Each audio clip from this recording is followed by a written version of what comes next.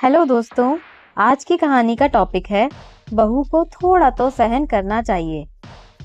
अगर आपको भी कभी किसी ने कहा हो कि बहू बनकर सब कुछ सहन करना पड़ता है तो इस कहानी को अंत तक ज़रूर सुनिए, क्योंकि आज की ये कहानी आपको बताएगी कि सहन शक्ति और आत्मसम्मान के बीच की लकीर आखिर कहाँ खींची जाती है। क्या हर बहू का फर्ज सिर्फ चुप रहकर सब कुछ सहना है, या बहू का भी कोई दिल होता है?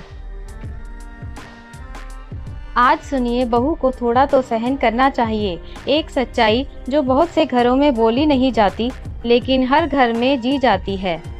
सास उषा देवी पुरानी सोच तानों से घर चलाती हैं। बहू प्रिया पढ़ी लिखी समझदार लेकिन आत्मसम्मान वाली लड़की। पति रवि माँ और बीवी के बीच फंसा हुआ। ननद रीना माँ के नक्शे कदम पर। शादी के बाद हर लड़की एक सपना लेकर ससुराल आती है, लेकिन प्रिया का सपना हर दिन उसके कानों में गूंजते तानों के बीच दम तोड़ रहा था। उषा देवी सास सुबह के समय तेज आवाज में बोलती है, क्या जमाना आ गया है, नई बहुएं माँ बाप की रानी बनकर आती हैं और यहाँ तो रोटियाँ भी गोल नहीं बना पाती। तुझे कुछ नहीं आता, थोड़ी तो सहन शक्ति रख, चुप रहकर सीख लिया कर। प्रिया धीरे से, माँ जी, सिखाना हो तो प्यार से भी सिखाया जा सकता है, ताने से नहीं। ननद रीना हंसते हुए कहती है, अरे माँ, ये तो बड़ी तेज निकली, कल को हमें भी तमीज सिखाएगी। उषा देवी गुस्से में, बहू को थोड़ा तो सहन करना चाहिए, सब कुछ सुनो, मन में रखो, यही तो ससुराल है। उषा देवी हर दिन एक नया तरीका ढूंढती, कैसे बहू की सहन शक्ति बढ़ाई जाए। एक दिन उषा देवी तेज आवाज में पड़ोसन से कहती है, हमारी बहू तो बस जवाब देना जानती है, सहना नहीं। आजकल की लड़कियों के लिए सहन शक्ति तो जैसे पुरानी बात हो गई है। प्रिया मन में कहती है, माँ जी जितना ताना मारेंगी मैं उतना ही खुद को मजबूत बनाऊंगी, चुप नहीं बैठूंगी। खाने की मेज पर ससुराल का माहौल। उषा देवी, सुन प्रिया, सब्जी में नमक कम है, तेरे मायके में भी ऐसा ही खाना खाते थे क्या? प्रिया शांति से, नमक कम है तो बता दीजिए, मेरा घर कौन सा रोज ताना सुनकर खाता था माँ जी। उषा देवी मन में, इस लड़की की जुबान, इसे तोड़ना ही पड़ेगा। रात को कमरे में रवि, प्रिया थोड़ा सह लिया कर, सब सास बहू में ऐसा होता है, क्या जरूरत हर बात का जवाब देने की।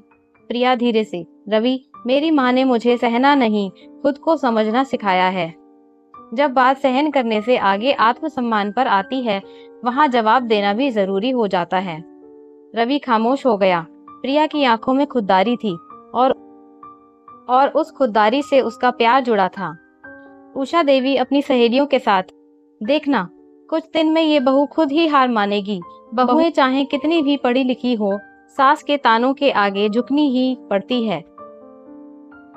उषा देवी को ये मालूम नहीं था, प्रिया ना किसी से हारने आई थी ना जीतने, वो तो बस सम्मान से जीना चाहती थी।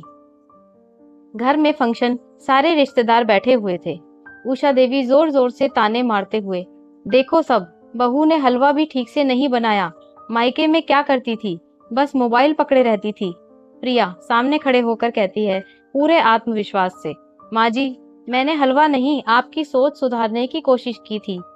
खाना बिगड़ सकता है, लेकिन इज्जत की बातें तानों में नहीं होनी चाहिए। बहू का काम खाना बनाना नहीं, घर संभालना होता है, और घर तब संभलेगा जब औरत और औरत एक दूसरे को समझे, ताने ना दें। सभी रिश्तेदार चुप। उषा देवी चौंक कर देखती है। उषा देवी रात को अकेले में सोचती है, क्या मैंने सच में उसे गलत समझा? क्या बहू होना मतलब सब सहना होता है? नहीं, वो भी इंसान है, उसकी भी हद होती है। सुबह उषा देवी धीरे से प्रिया से कहती है, बहू, शायद मैं गलत थी, तुझे सहनशील नहीं, मजबूत होना था।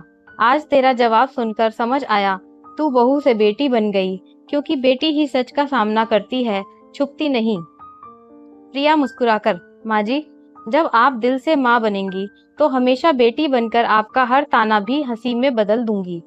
उषा देवी हंसकर कहती है, अब ताने नहीं, सिर्फ दुआएं। सहन करना हो तो अपनों के लिए, लेकिन गलत के लिए नहीं।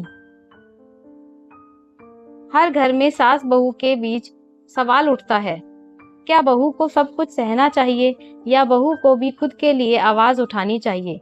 सहनशीलता जरूरी है, लेकिन वहां तक जहां तक आत्मसम्मान न डूबे। ताने से नहीं, समझ से घर चलते हैं। अगर आपको भी किसी ने कभी कहा हो कि बहू को चुप रहकर सब सहना चाहिए, तो इस कहानी ने आपको क्या सिखाया, कमेंट बॉक्स में जरूर बताइए। हमारे चैनल कहानी गाथा को सब्सक्राइब करना ना भूलें। धन्यवाद।